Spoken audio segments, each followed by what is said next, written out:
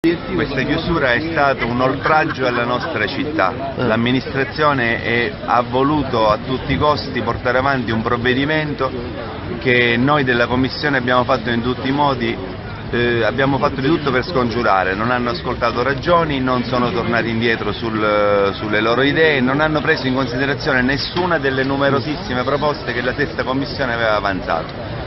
Questa via, che i commercianti stessi hanno definito via della desolazione, è stato oggetto di tutta una serie di proposte da parte della Sesta Commissione, tra cui quella di realizzare dei mercatini, fare delle iniziative, dare sfogo ai tanti artisti della nostra città, realizzare un pop-up market.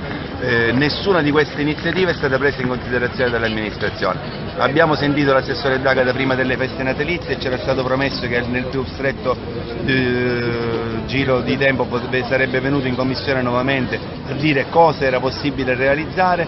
Abbiamo provato a rinvitarlo, ha rifiutato l'invito, tutto è fermo come prima.